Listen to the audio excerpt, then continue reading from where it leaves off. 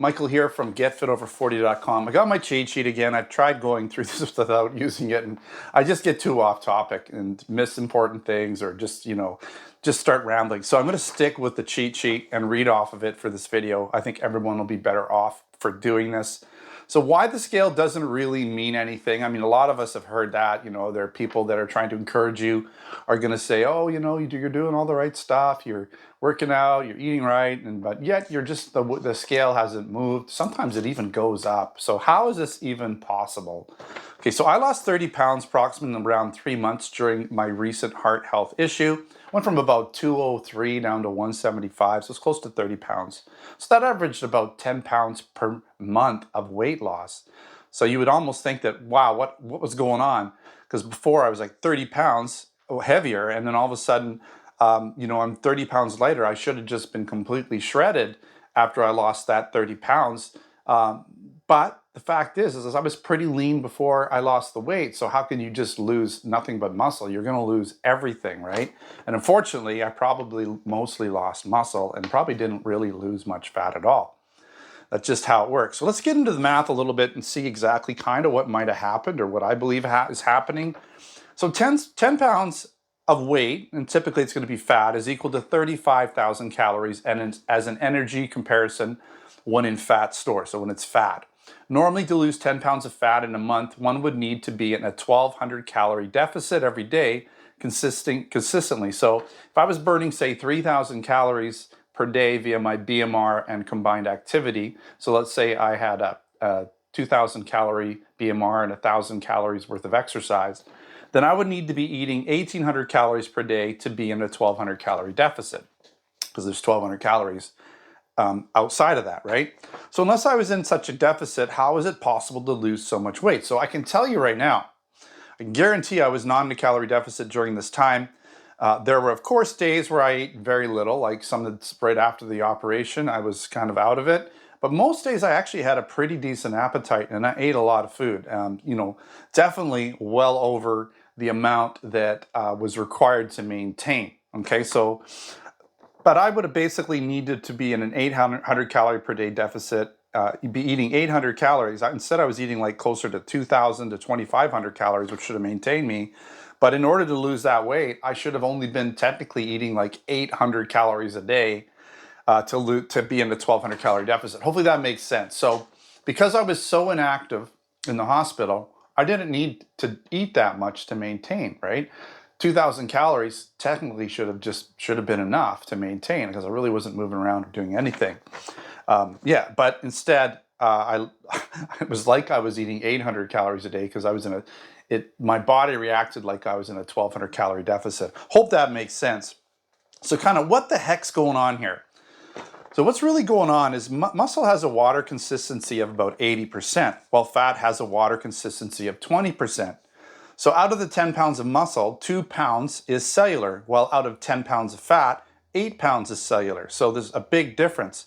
So essentially, water, because it has 0 calories, energy from muscle or fat, has to come from cellular tissue. So once you strip the water out of both the fat and the muscle, you're left with the actual cellular tissue, which, the fat's probably got a bit more energy than the muscle, but there's quite a bit of energy in both of those once you strip the water out.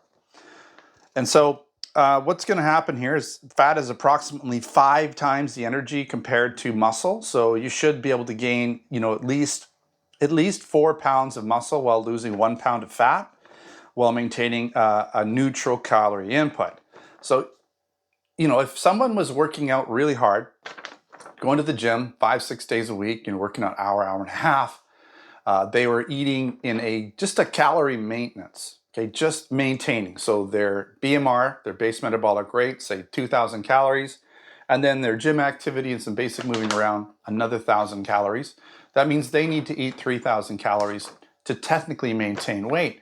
But if that person was losing fat and gaining muscle, so they could literally gain, what did I have written down here? They could literally gain about 8 pounds of muscle while losing 2 pounds of fat. So they could literally gain 6 pounds by staying in a neutral calorie mode. So eating enough calories for their calorie expenditure. They could actually gain 6 pounds in that neutral calorie. So people don't understand. They like wonder, well, how is a person either not losing weight or gaining weight and I've seen it. I've done it myself.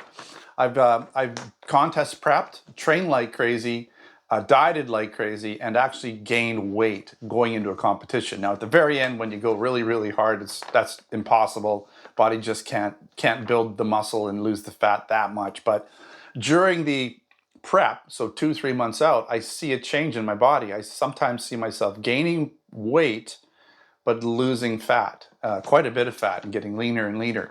Now again, that only happens up to a certain point. It depends on where you are in your workout journey. If you're someone just starting out with a very small, like very limited muscle base, you're going to gain a lot of muscle really quickly just by initially working out. And your body will respond to the calorie change and the work change, and you'll lose a lot of fat quickly. But as you progress, that does slow down. So that's kind of what I'm trying to explain here, is that fat and muscle are not equal at all in terms of their calorie, how many calories and how much water they store in each one. So yes, you can for sure lose a pound of fat and gain like 3 to 4 pounds of muscle without changing your calories input versus output, as long as you're taking that fat and exchanging it for muscle. All right, hopefully that makes sense. I know it's kind of a complicated topic, but I did want to point it out. People ask, how is it possible that the body weight isn't changing that much? According to the calories they're eating, they should be losing boop, boop, boop. But they're not factoring in, okay, they are losing fat, but they're gaining muscle. And that's a big difference, right? If you're just on a calorie restrictive diet and you're not weight training, all of that's going to be different for sure. You'll probably lose the according amount of fat compared to how many calories you're inputting. But if you're weight training and you're seeing results in the gym, you're getting stronger, you're seeing the muscles getting larger, then that is going to offset the fat loss tremendously. All right. Thanks again for watching another GetFitOver40.com video. Don't forget to subscribe. Check me out on Facebook, Twitter, and Instagram. Until next time, take care.